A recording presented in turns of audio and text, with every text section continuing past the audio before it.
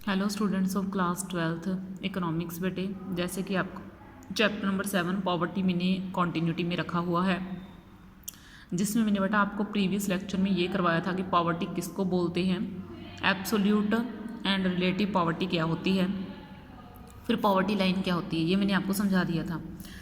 तो अब देखो बेटा, आगे आपका एक क्वेश्चन पैदा होता है, should the poverty line cut off be determined in term of income और इन टर्म ऑफ कंजम्पशन। क्या पॉवर्टी लाइन लोगों की इनकम को ध्यान में रख के खींचनी चाहिए या फिर कंजम्पशन को ध्यान में रख के खींचनी चाहिए। ठीक है, कि जो पॉवर्टी लाइन हम खींच रहे हैं वो इनकम को ध्यान में रख कर खींचनी चाहिए लोगों का, या कंजम्पशन को ध्यान में रख के खींचनी चाहिए।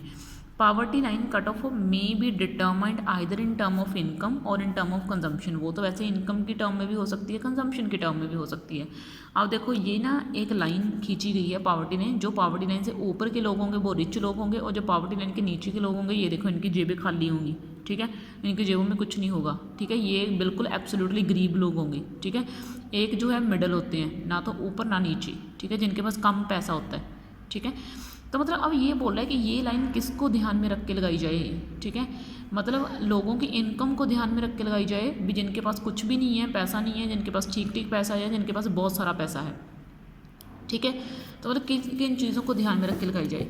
तो देखो, however if one is to be choose between the two, अगर हम इनकम और कंजम्पशन में से किसी एक चीज़ की चॉइस को लेके चलें, कंजम्पशन जो है should definitely be a preferred. तो उसने बोला कि हमें लोगों के कंजम्पशन को ध्यान में रखना चाहिए कि लोग कितनी चीज़ों के ऊपर खर्च करते हैं।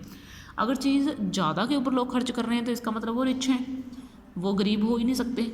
लेकिन अगर वो कम चीज़ों के ऊपर खर्च कर रहे हैं तो इसका मतलब कि वो गरीब हैं। ठीक है, तो अब देखो, कहना however if one is to be choose between the two, अगर हम दो के बीच में चॉइस करें कि कंजम्पशन और इनकम में से कौन सी चीज़ होनी चाहिए, दिस इज़ बिकॉज ये क्यों होता है, consumption reflect actual use of goods and services by an individual.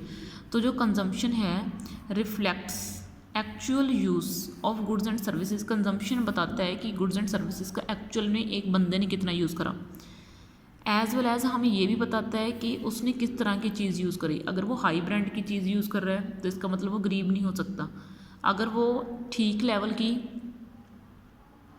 Use कर रहा था, इसका मतलब कि वो जो है इसमें काउंट करा जाएगा। While income only shows a capacity to purchase, income सिर्फ ये दिखाती है कि एक बंदा कितना परचेज कर सकता है। ठीक है, अब कोई बंदा तो इनकम अगर ज़्यादा बचा के रख ले तो उसके पास कंजम्पशन करने के लिए कम पैसा बचेगा, तो हम इनकम को तो साथ लेके चल नहीं सकते।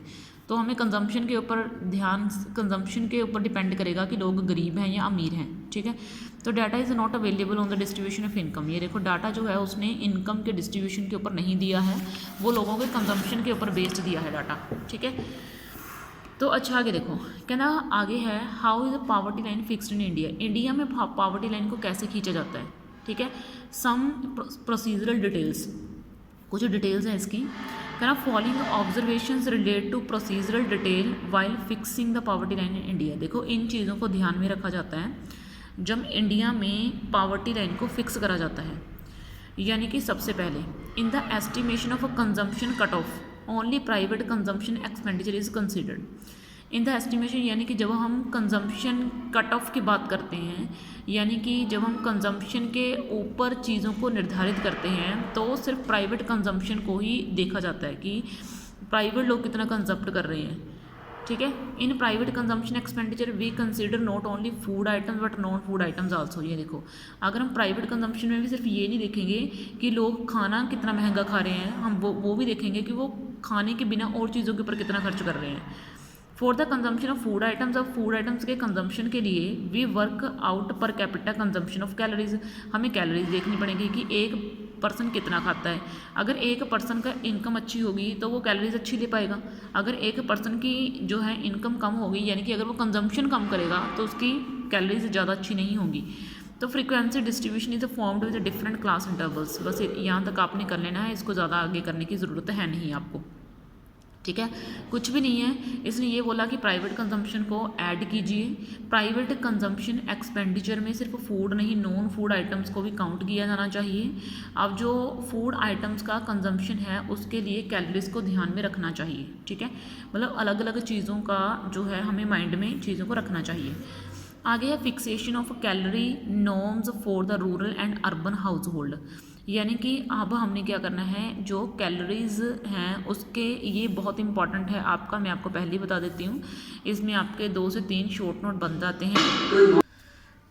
तो देखो बेटा, इसमें क्या करेंगे हम, कैलोरी के हिसाब से, यानी कि शहर और गांव के लोगों को कैलोरी के हिसाब से हम गरीब मानेंगे। एवरेज कैलोरी, जो नॉर्मल कैलोरी चाहिए, रिक्वायरमेंट यानी कि चाहिए, is determined to be 2435 and 2045 respectively. Rural, गांव के लोगों के लिए 2435 यानी कि 2435 कैलोरी, और अर्बन यानी कि जो शहर में रहने वाले मजदूर हैं उनके लिए 2045 कैलोरीज चाहिए।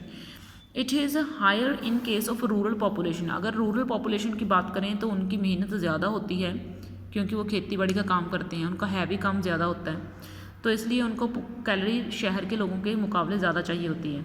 Because hard working male population is found to be higher in rural population. ये देखो, उसने बोला कि जो ज़्यादातर मेल होते हैं, जो यानी कि जो पुरुष होते हैं, हार्ड वर्क जो ज़्यादातर कहाँ पे पाए जाते हैं, गाँव के इलाकों में पाए जाते हैं। आगे है trend of poverty line in India. ठीक है, अब इंडिया में पॉवर्टी का क्या क्या हालात हैं। ठीक है, नंबर, कितने लोग गरीब हैं और कितने परसेंट पॉपुलेशन गरीब है।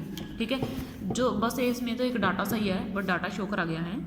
देखो 1960 से 61 की बात है तो 17 करोड़ लोग पुअर थे, यानी कि 34% जो पॉपुलेशन थी वो गरीब थी। 1964 से 65 की बात करें तो 22 करोड़ लोग जो थे वो गरीब थे, और 46 जो थी ना परसेंट पॉपुलेशन वो गरीब थी।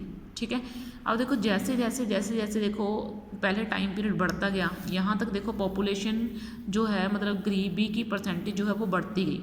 ठीक है, उसके बाद ये कम होती चली गई, कम होती चली गई, कम होती चली गई, यानी कि एक बार तो गरीबी बहुत ज़्यादा बढ़ गई, फिर वो धीरे धीरे धीरे धीरे धीरे धीरे कम हो गई।